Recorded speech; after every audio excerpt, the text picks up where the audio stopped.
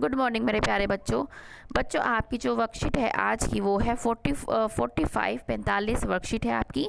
आपका जो सब्जेक्ट है वो है साइंस और हमारी 9th क्लास की हमारी ये वर्कशीट है जिसकी डेट है हमारी 16 अक्टूबर 2020। तो आज जो हमारा जो चैप्टर चल रहा है वो चैप्टर है हमारा उत्तक। क्या है? उत्तक हमारा चैप्टर है जो चल रहा है। इसमें आज जो है हमें स्थायी उत्तक के बारे में पढ़ना है, सरल स्थायी उत्तक के बारे में पढ़ना है, वो भी हमें क्या पढ़ना है, पैरेनकाइमा के बारे में। इससे पहले हम क्या है विभज्योत के उत्तक के बारे में हम पढ़ चुके थे कि वो 3 प्रकार के होते हैं। हम ये इससे पहले वाली मतलब 44 वर्कशीट में हम उसको पढ़ चुके हैं। आप उसको एक बार रिवाइज कर सकते हैं। अब हम अपनी क्या है वर्कशीट शुरू करते हैं। ये जो बच्चा है ज्ञान है, हमेशा अब जिज्ञासा दीदी से क्वेश्चन पूछता है तो आज ही पूछ रहा है कि विभज्योत के उत्तक द्वारा बनाई गई कोशिकाओं का पौधों में क्या हो जाता है। जो विभज्योत के उत्तक ने कोशिका को बनाया था, निर्माण किया था, उनका पौधों में क्या हो जाता है, पौधों में क्या काम होता है, क्या होता है उनका। फिर क्या है ज्ञान का जो है जवाब देती है ये जिज्ञासा। विभज्योत के उत्तक द्वारा बनाई गई कई कोशिकाएं एक विशेष विभाजन प्रक्रिया के बाद धीरे धीरे विभाजित होने की क्षमता को खो देती हैं और ये कोशिकाएं एक विशेष प्रक्रिया जिसे विभेदीकरण कहते हैं के द्वारा स्थायी उत्तक का निर्माण करती हैं। मतलब जो हमारी विभज्योत के उत्तक ने जो कोशिकाएं बनाई थी वो क्या है, वो धीरे धीरे क्या कर देती हैं, अपनी विभाजित होने की क्षमता को खो देती हैं। ठीक है ना। और कौन सी प्रक्रिया के द्वारा? विभेदीकरण प्रक्रिया के द्वारा। और ये क्या बना देती हैं, ये स्थायी उत्तक का निर्माण करती हैं। कौन? विभज्योत के उत्तक। ठीक है ना। कैसे? जब ये अपनी विभाजित होने की क्षमता को खो देती हैं और एक विशेष प्रक्रिया जिसे विभेदीकरण कहते हैं उसके द्वारा क्या ये स्थायी उत्तक का क्या करती है, निर्माण करती हैं, बनाती हैं। किसी कोशिका को विशेष कार्य करने के लिए स्थायी रूप और आकार लेने की प्रक्रिया विभेदीकरण कहती है। क्या कहलाती है? आपसे पूछेंगे विभेदीकरण है क्या है तो आप यहाँ से लिख देंगे। आपका एक क्वेश्चन भी है तो विभेदीकरण का जो डेफिनेशन है आप यहाँ से लिख देंगे। क्या है? किसी कोशिका को विशेष कार्य करने के लिए स्थायी रूप और आकार देने की प्रक्रिया। मतलब हमारे शरीर में या पौधों के शरीर में, ये पौधों की बात चल रही है तो पौधों के शरीर में कई कोशिकाएं, कई उत्तक ऐसे होते हैं जो अलग अलग काम करते हैं। ठीक है ना। कोई जो है आप बाद में पढ़ेंगे, कोई जो है वाटर का, पानी का संवहन करता है, कोई खाने का संवहन करता है। ठीक है ना। तो उसके लिए क्या है, ये स्थायी जो हमारी कोशिकाएं हैं ये बनती हैं और ये कार्य करती हैं। इसके कारण एक सामान्य कोशिका अलग अलग आकृति आकार पाकर विशेष कार्य करने के लिए उत्तक का निर्माण करती है। किसके कारण? विभेदीकरण के ही कारण। जो पहले हमारी कोशिकाएं बिल्कुल सामान्य होती हैं वो क्या कर लेती हैं, अपनी आकृति को आकार को एक विशिष्ट कार्य करने के लिए अपने आप को, मतलब वो कहती हैं कि हम ये काम करेंगे। ठीक है ना। उनमें वो रम जाती हैं और एक उत्तक का निर्माण करती हैं। इस प्रकार पादपों में स्थायी उत्तक का निर्माण होता है। ठीक है ना। आपसे पूछेंगे स्थायी उत्तक का निर्माण कैसे होता है तो आप क्या बताएंगे कि विभज्योत के उत्तक द्वारा जो हमारी कोशिकाएं बनी थी वो धीरे धीरे क्या है, विभाजित होने की क्षमता को उन्होंने खो दिया था। किसके द्वारा? एक विशेष प्रक्रिया जिसे विभेदीकरण कह रहे हैं उसके द्वारा क्या है, हमारा स्थायी उत्तक बना था। ठीक है ना। अब स्थायी उत्तक 2 प्रकार के होते हैं। कौन कौन से होते हैं हम ये देखेंगे। कौन कौन से? सरल स्थायी उत्तक और जटिल स्थायी उत्तक। अब है सरल स्थायी उत्तक क्या होता है, यह वह उत्तक है जिसमें एक ही प्रकार की कोशिकाएं सम्मिलित होती है। इसमें सिर्फ एक ही प्रकार की कोशिकाएं होंगी और वो एक ही प्रकार की कोशिकाएं क्या बनाएंगी, सरल स्थायी उत्तक। क्या बनाएंगी? सरल स्थायी उत्तक। और जो दूसरा है हमारा जटिल स्थायी उत्तक, वो क्या है, यह है उत्तक इसमें भिन्न भिन्न प्रकार की कोशिकाएं सम्मिलित होती है। इसमें डिफरेंट टाइप की मतलब अलग अलग प्रकार की जो है कोशिकाएं होती हैं लेकिन सरल स्थायी उत्तक में सिर्फ एक ही प्रकार की कोशिकाएं उत्तक सम्मिलित होती हैं। ठीक है ना। अब है हमारा, अब हम इसमें जो पढ़ेंगे आज हमारा टॉपिक क्या है वो है सरल स्थायी उत्तक। अब सरल स्थायी उत्तक कौन था, जिसमें यह वह उत्तक था जिसमें एक ही प्रकार की क्या थी, कोशिकाएं सम्मिलित थी, एक ही प्रकार की। ठीक है ना। अब सरल स्थायी उत्तक जो है 3 प्रकार के होते हैं। कौन कौन से? पैरेनकाइमा, कोलेनकाइमा और स्क्लेरेनकाइमा। कौन कौन से? पैरेनकाइमा, कोलेनकाइमा और स्क्लेरेनकाइमा। ठीक है। और उसमें से भी हम आज क्या पढ़ेंगे, पैरेनकाइमा। क्या पढ़ेंगे हम आज? पैरेनकाइमा।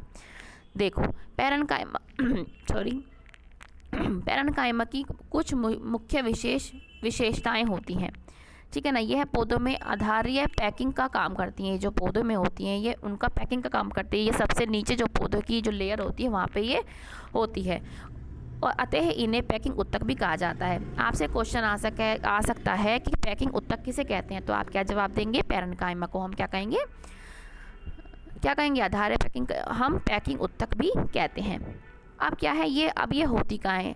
अब ये बता रखा है कि पैकिंग ऊतक कहते हैं, क्यों कहते हैं बता दिया, क्योंकि ये आधार्य पैकिंग का काम करती हैं, इसलिए इनको पैकिंग ऊतक भी कहते हैं। अब ये है कि पैरेन्काइमा कोशिकाएं होती कहाँ हैं, तो ये कहाँ होती हैं?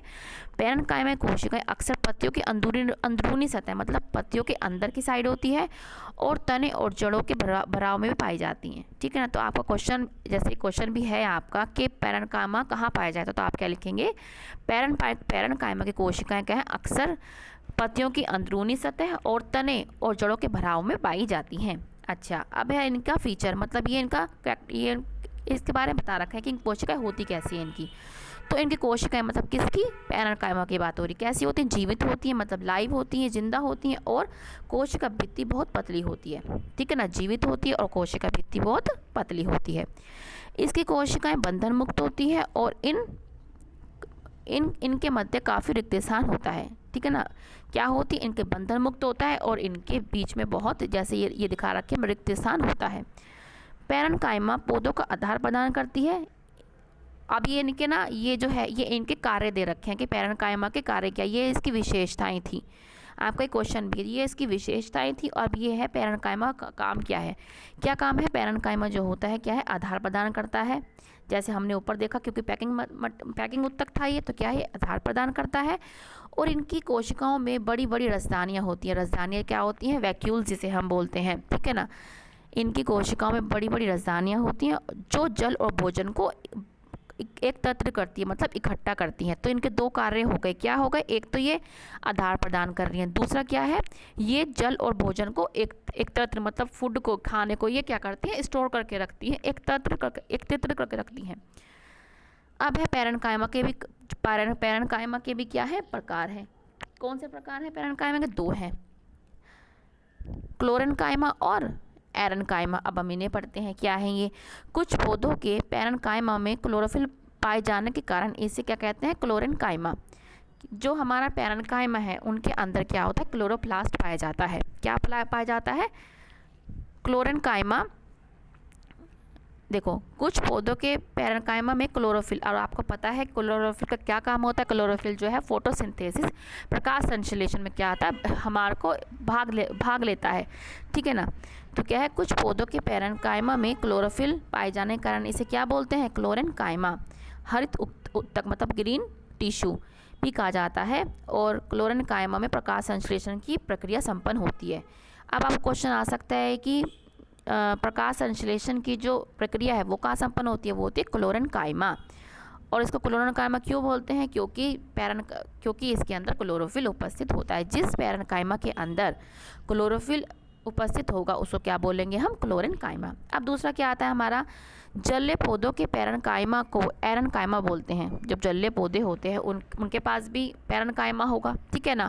और उनको हम क्या बोलते हैं? एरेन्काइमा। क्यों बोलते हैं? सुनो, अब उनकी कोशिकाओं के बीच हवा की बड़ी गुहिका होती है, जिसे जलीय पौधे हल्के और जल पर तैर सकते हैं। ठीक है ना। तो जलीय पौधों में एरेन्काइमा इसलिए कहलाते हैं क्योंकि वो उनके जल को ना क्या करते हैं? वो बाउंस करते हैं, मतलब उनको तैरने में मदद करते हैं, और वो हल्के कर देते हैं उनको। ठीक है ना। हल्के हो जाते हैं। जो चीज़ हल्की होएगी वो ही तैरेगी। ठीक है ना। इसलिए इनको क्या करते हैं? ये इनके बीच हवा भर देते हैं, और जलीय पौधे जो हैं हल्के होते हैं, इसी वजह से वो तैरते हैं। तो ये हमारे पैरेन्काइमा के क्या थे? प्रकार थे। ये हमने अपनी जो वर्कशीट है इसको पढ़ ली है। ठीक है। गुहिका देखो दे रखी है आप। गुहिका मतलब जंगे बनाना, कैविटी बनाना इनके अंदर। ठीक है ना। ये रही गुहिका। ठीक है। अब है क्वेश्चन पढ़ते हैं हम। पहला क्वेश्चन क्या है? फर्स्ट क्वेश्चन क्या है हमारा? पादकों में स्थायी ऊतक कितने प्रकार के होते हैं? उनके नाम लिखो। हमने अभी पढ़ा स्थायी ऊतक क्या है। हमारे स्थायी ऊतक ये रहे हमारे, ये पादपों में स्थायी ऊतक कितने प्रकार के होते हैं? पादपों में स्थायी ऊतक जो है दो प्रकार के होते हैं। कौन कौन से? सरल स्थायी ऊतक और जटिल स्थायी ऊतक। यहाँ से अपना क्वेश्चन लिख लेना आप। ठीक है। नेक्स्ट क्वेश्चन है विभेदीकरण क्रिया किसे कहते हैं? हमने अभी समझी विभेदीकरण क्रिया क्या थी, आप यहाँ से लिख देना। ठीक है। कि विभेदों के ऊतक द्वारा बनाए गए कई कोशिकाएं एक विशेष विभाजन प्रक्रिया के बाद धीरे धीरे विभाजित होने के योग्यता को खो देते हैं। यहाँ से आप आगे इस लिख देना, ये आपकी क्या कहलाती है, विभेदीकरण की प्रक्रिया कहलाती है, जिससे कोई कोशिका जो विशिष्ट कार्य करने के लिए स्थायी रूप और आकार ले लेती है उसको क्या बोलते हैं, उस प्रक्रिया को क्या बोलते हैं, विभेदीकरण। आप यहाँ से इसको देख के लिख लेना। नेक्स्ट क्वेश्चन है आपका कि पैरेन्काइमा उत्तक की दो विशेषताएं तथा दो मुख्य कार्य बताइए।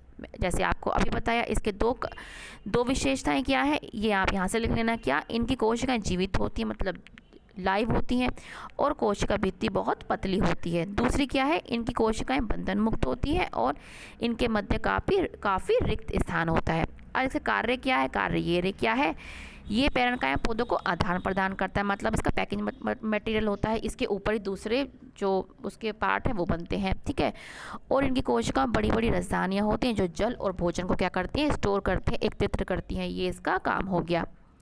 अब नेक्स्ट क्वेश्चन क्या है हमारा, लास्ट क्वेश्चन क्या है हमारा, पौधों में पैरेन्काइमा उत्तक कहाँ पाया जाता है और इन्हें पैकिंग उत्तक भी क्यों कहते हैं। अब मैंने पहले बताया तो कहाँ पाया जाता है, ये रहा कि पैरेन्काइमा पौधों में पैरेन्काइमा की कोशिकाएं अक्सर पत्तियों की अंदरूनी सतह, तने और जड़ों के भराव में पाई जाती हैं। और इसको पैकिंग मटेरियल क्यों कहते हैं, क्योंकि ये पौधों के आधार पैकिंग का काम करती है, इसलिए इन्हें क्या बोलते हैं, पैकिंग उत्तक बोलते हैं। बच्चों ये आपकी आज की वर्कशीट थी, ठीक है, हमारी 45 वर्कशीट है। अच्छा, हमें एक बात नहीं भूलनी है, हमें ये जो लिखा होता है नीचे क्या है, हमें 2 गज दूरी या 6 फीट की शारीरिक दूरी का पालन करना है, क्योंकि आपको पता है कि हमारा क्या चल रहा है, कोविड-19 चल रहा है, महामारी चल रही है, ठीक है ना। इसमें हमें 2 गज दूरी का हमेशा ध्यान रखना है।